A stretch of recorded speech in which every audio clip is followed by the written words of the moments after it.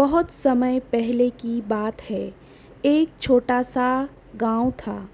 हर सुबह वहाँ पंछियों की चहचहाट सुनाई देती और खेतों में हरियाली लहराती थी।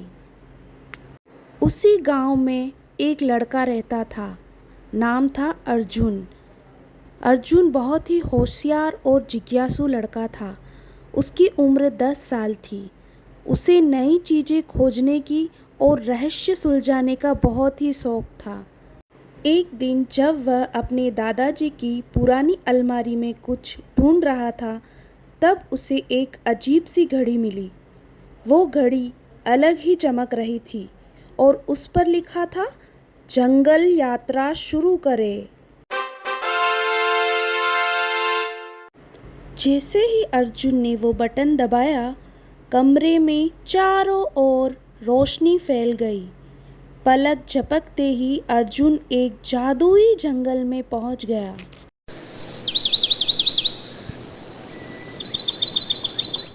लेकिन वो जंगल कुछ और ही था।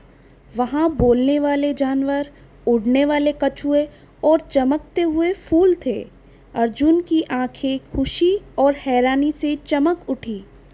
तभी एक रंग बिरंगा तोता उड़ता हुआ आया। उसका नाम था मिट्ठू। मिट्ठू बोला, ये है जादुई जंगल और तुम यहाँ घड़ी के जरिए आए हो।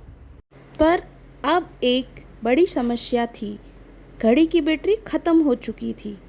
अब वापस जाने के लिए चाहिए था सूरज कण, जो जंगल के अंत में एक बड़े से पेड़ की जड़ों में छुपा हुआ था। अर्जुन और मिट्ठू ने साथ में सफ़र शुरू किया। रास्ते में उन्होंने पहेलियाँ हल की और नदी पार की और एक बड़े से बंदर राजा से जंग जीती। बहुत ही मुश्किलों का सामना करने के बाद आखिर उन्होंने सूरज कण पा लिया।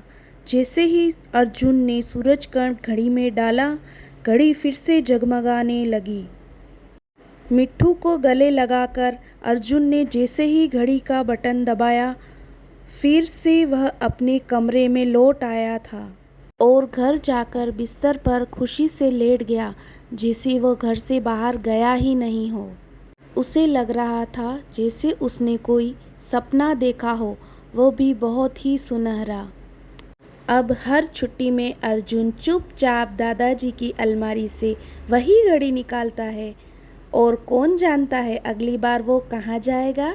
अगर आपको स्टोरी पसंद आई हो तो लाइक, शेयर और सब्सक्राइब ज़रूर कर दीजिएगा।